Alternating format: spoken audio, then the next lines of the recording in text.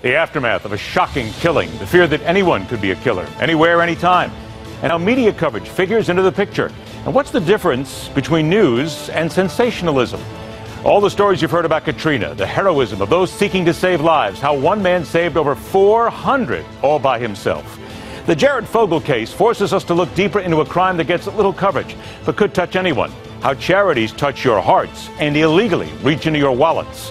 And the final chapter in our exclusive interview with presidential candidate Ted Cruz, featuring the single most important reason his daughters are looking forward to living in the White House.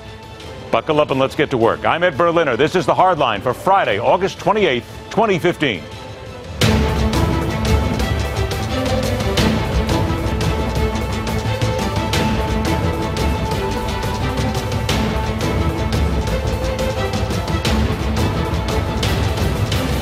Yesterday around this time that we went live to Allison Parker and photojournalist Adam Ward. They were out in the field. The story was like so many others that they did all the time, reporting on our hometowns.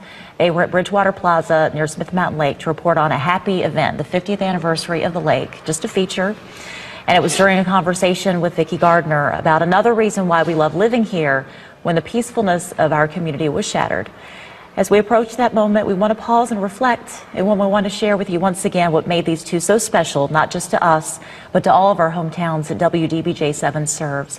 Please join us now in a moment of silence. The public execution of a television reporter and her photog has stopped America cold for many reasons, all of which are leading us to re-examine a good part of our collective psyche. But as the search for answers continues, there are a couple of issues emerging from the Virginia shooting that can and perhaps should be tied together. The fact this killer was well known to have issues, and those around were already in fear of what he might do, leading us to wonder how anyone could even hope to identify those who could one day, in his own words, go boom. And the discourse over how certain factions of the media are covering this story with video and still pictures. And if that makes it more or less likely these killers would think twice before they act. We're joined by the retired senior FBI profiler and director of the Forensic Science Program at George Mason University, author of Dangerous Instincts, How Gut Feelings Betray Us, Mary Ellen O'Toole. Mary Ellen, it's a pleasure to talk to you again, unfortunately under such very, very difficult circumstances. But let me begin with this. The stress of society that we are all under every single day. We have people who are angrier every single day. We have people who are more harried every single day. It's getting difficult to look at someone and just think they're having a bad day when we hear stories like this. Is it just not making the job of the profiler, law enforcement, more difficult every day to know who may be that person to snap? Well, yes to your question, but as it regards the Virginia shooter yesterday, that shooter is really in a league all by himself. And his level of anger and hatred and his need for revenge and how he viewed the world and how he thought the world viewed him, he took it to a whole new level. And his behavior was not the result of snapping behavior. This was a well-planned out attack that probably occurred over a period of months, if not years. So he is really in a league all by himself. We had heard, though, that apparently he had had some issues with coworkers before, that there were issues where some people did not even want to work alongside him. So how do we then look at that and think, again, I'm still just trying to get down to it. You can't tell. It could just be somebody who's angry. So how does that put him in a class other than just the standard person who's having a bad day? How can we tell? You have to know more about him. You can't just take a little piece of somebody's behavior. You have to know more about what they're doing, and that includes knowing what their support system is like at home. That includes how he interacts with people outside of the workplace. And in this case, what happened, yes, he was terminated from other jobs. This was like the fourth in the line of jobs that he received. But in those other jobs, I think it's important to point out, he didn't go back and implode on those other jobs. So he's slowly getting worse and worse and worse. And in his own words, he talks about how his termination from the Roanoke television station was really the straw that broke the camel's back. But he was continuing to deteriorate.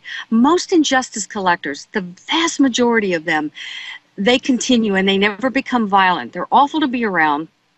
They're miserable people, but they never get violent. It's only the small fraction of people that do get violent, and he falls into that category. And he was getting worse and worse and worse, and nobody had the full picture.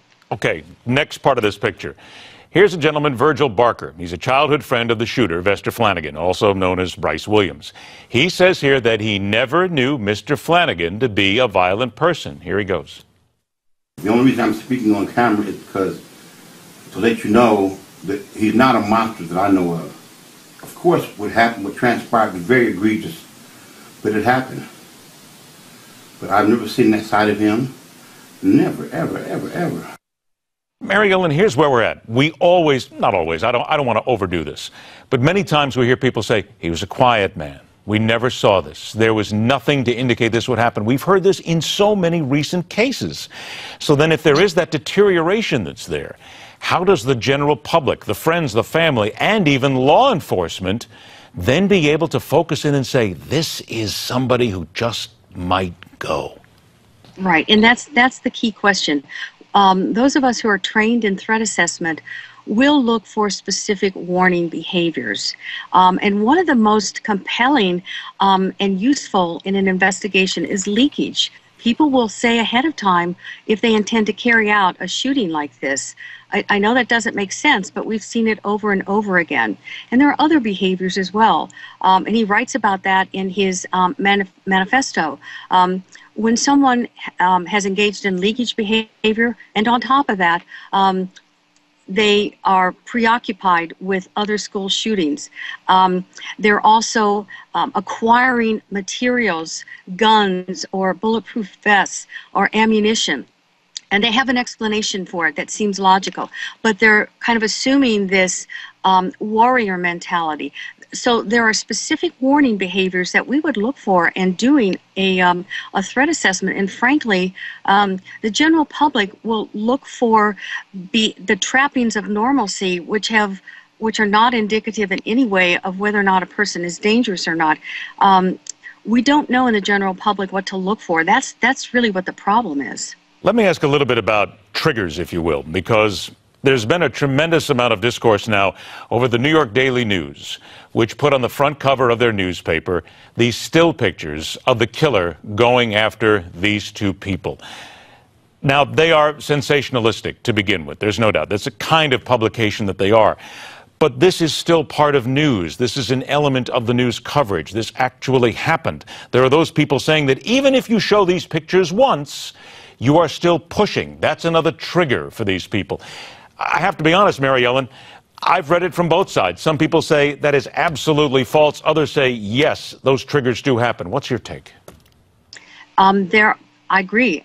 You can't say it's 100% a trigger or that it's 100% not. So there are some people that will look at those photographs and they will be very negatively impacted by those photographs in a way that will encourage them to do it slightly differently, but even better. But the vast majority of us are going to look at those pictures if we choose to, and it will sadden us, it will make us sick, but it won't compel us to want to go out and commit a similar act. But will it compel us possibly to be more attentive to other people and listening to them and maybe being able to pick up some of those triggers from people that we see around us? I don't think looking at those pictures will. I think that if we can put the right information out there in the media, and as you're doing, I think you're asking all the right questions, we have to educate the public. The public is really hungry for information about how someone like the shooter yesterday is different from other strange injustice collecting kinds of people. I think with the right information, we're really helping the public, but just looking at those pictures without any, without any knowledge of threat assessment is not going to be helpful. It still is something, it is an inexact science, and we are learning as we go along. Unfortunately, hopefully we learn to stop the next one. Remind everybody, the book is called Dangerous Instincts, How Gut Feelings Betray Us. It's all important to learn more about how to stop these from happening again. Mary Ellen O'Toole, always a pleasure. Thank you so much for joining us. When we come back, it is time to go ahead and loose the political animal. because frankly, it's that time of season. Next on The Hardline.